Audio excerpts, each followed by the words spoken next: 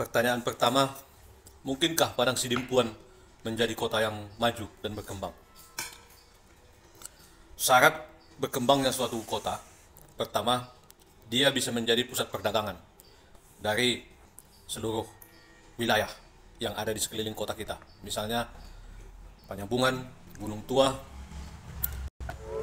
Padang Lawas, Sibolga. Ini bisa menjadi pusat perdagangan bagi 4 kota tersebut. Tetapi hari ini perdagangan itu tidak bisa berpusat pada satu tempat karena sudah adanya online. Yang kedua, kota yang strategis yang berdampingan dengan kota kita ada, Bukit Tinggi ataupun Padang, sehingga banyak pedagang yang belanja ke sana. Ataupun kita dapat kiriman langsung dari Jakarta. Hari ini pengiriman dari Jakarta itu dengan banyaknya kargo sangat mudah. Yang pertama, perdagangan. Yang kedua, kota ini menjadi pusat pendidikan. Hari ini memang benar Padang Sidimpuan pusat pendidikan untuk tingkat SMA atau SMK. Tapi di luar itu tidak.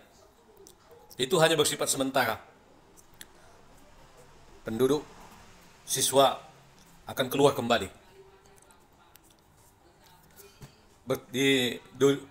Diimbangi dengan banyaknya juga sekarang sekolah-sekolah di kabupaten-kabupaten, bahkan di kecamatan, bukan hanya di kabupaten.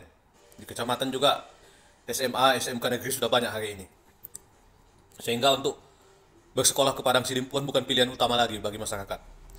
Bagi masyarakat yang punya kelebihan dana, tentu sudah menyekolahkan anaknya ke Medan ataupun ke Padang ataupun ke provinsi yang lain. Satu, perdagangan. Yang kedua, pendidikan. Yang ketiga, kesehatan. Kalau kita lihat hari ini, orang dirujuk ke Sibolga atau ke Medan, atau ke Bukit Tinggi, atau ke Padang. Tentu bukan hanya satu daerah yang akan datang ke daerah kita kalau kita ini mempunyai fasilitas kesehatan yang baik. Kita harapkan dari 4 kabupaten tadi juga akan datang ke sini. Dari Sibolga, dari Penyambungan, dari Palas, ataupun dari Paluta akan datang ke sini. Ternyata kita gagal juga di kesehatan. Berikutnya dari industri.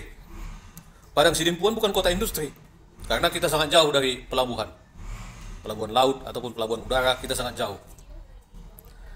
Ditambah sumber daya alam yang juga tidak mendukung untuk industri. Sehingga untuk mendirikan pabrik di kota Padang Sidimpuan ini sangat mustahil. Kalau kita mensuplai bahan baku dari Medan, itu butuh transportasi lagi, begitu produk jadi akan dikirim lagi ke Medan dan diberangkatkan dari Pelabuhan Belawan. Ini akan menjadi kos tambahan bagi produk, sehingga produk akan mahal. Berikutnya pertanian. Pertama tadi perdagangan, pendidikan, kesehatan, industri, pertanian. Padang Sidimpuan dengan luas wilayah yang sangat kecil ini sangat tidak mungkin untuk menjadi pertanian, pengekspor ataupun menjual hasil produk pertaniannya keluar.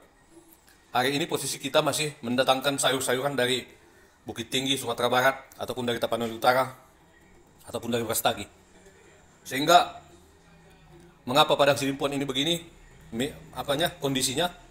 Karena hari ini Tabaksel itu ibarat sebuah tubuh, Padang Sidimpuan itulah bagian kepalanya. Bagian kepala ini memisahkan diri dari tubuh tersebut, sehingga apa yang menjadi tangan, menjadi badan, menjadi kaki sudah lepas dari Padang Sidimpuan. Harusnya kota-kota yang menjadi pendukungnya, yang harus mensupport Padang Sidimpuan, itu sudah lepas, merdeka. Tangan jalan sendiri, badan jalan sendiri, kaki jalan sendiri, yang tinggal hanya kepala. Ibaratnya kita dijadikan sebagai sebuah camat, tapi camat di desa yang kecil, bukan di kecamatan.